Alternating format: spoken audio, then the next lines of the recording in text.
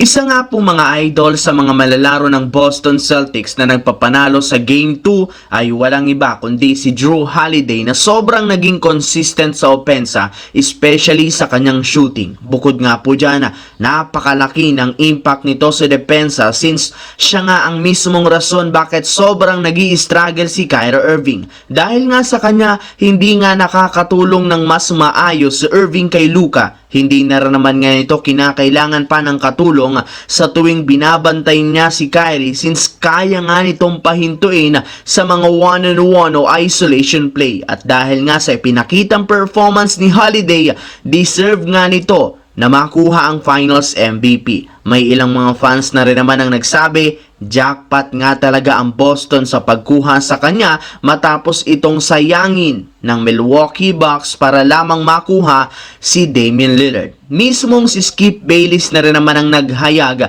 na mas magaling na basketball player si Jrue Holiday kaysa kay Lillard, kaya dapat nga pong magsisi ang Milwaukee Bucks. Kahit man angat na ngayon mga idol ang Boston ng 2-0, hindi para naman sila nakakasigurado kung mawawalis na nila ang Dallas Mavericks. Ibang-iba rin naman ang galawan ng Mavericks, especially ni Kyrie Irving at Luka sa tuwing naglalaro ito sa kanilang home court. Sa madaling salita, malaki ang posibilidad na maitabla pa ng Dallas ang serye sa 2-2. Kaya hindi nga dapat masyadong magpakampante ang Boston sa mga susunod na laro, lalo pat unti-unti na rin naman nga po silang nagkakaroon muli ngayon ng problema sa kanilang sentro na si Kristaps Porzingis matapos itong magtamo ng injury sa Game 2. Napilitan nga po mga idol na bumalik sa kanilang locker room si Porzingis sa third quarter nang hindi na maging maganda ang kanyang pagbagsak matapos silang magkabanggaan ni Daniel Gafford. Dito nga po chinek ng kanilang team ang ibabang bahagi ng kanyang binti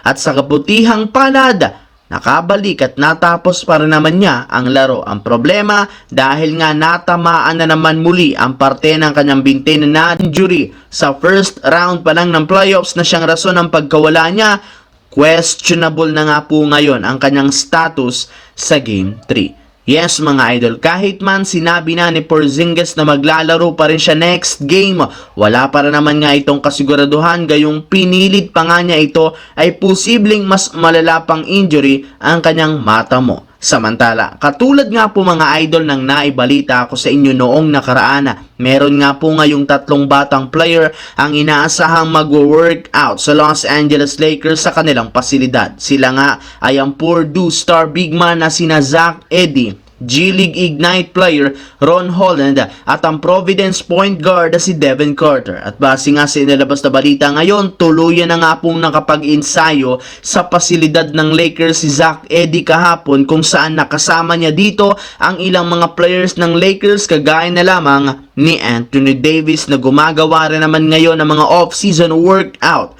Nakita nga dito mga idol ng kanilang team ang posibleng twin tower na kanilang magamit next season. Syempre, hindi rin naman magiging mahirap para sa Lakers na kunin si Zach Edey since meron nga silang hawak na 17th overall pick sa kanilang magagamit na makuha sa kanya sa NBA draft. Nga pala mga idol, opisyal na nga pong tinanggihan ni Coach Don Hurley ang offer ng Lakers na 6 years, 70 million. Mas ginusto nga nitong manatili sa kanyang college basketball team para makuha ang 3-peat championship. As of today, Lakers still searching for a new head coach. So yun lamang mga idol ang ating bagong video na ating pinag-usapan ngayon dito. Once again, this is your J-Zone TV. Huwag kalimutang mag-like, mag-subscribe, pindutin ang notification bell sa akin channel para lagi kayo maging updated sa mga videos na pinapalabas ko. Isang malaking shoutout sa lahat mga idol. Maraming salamat po.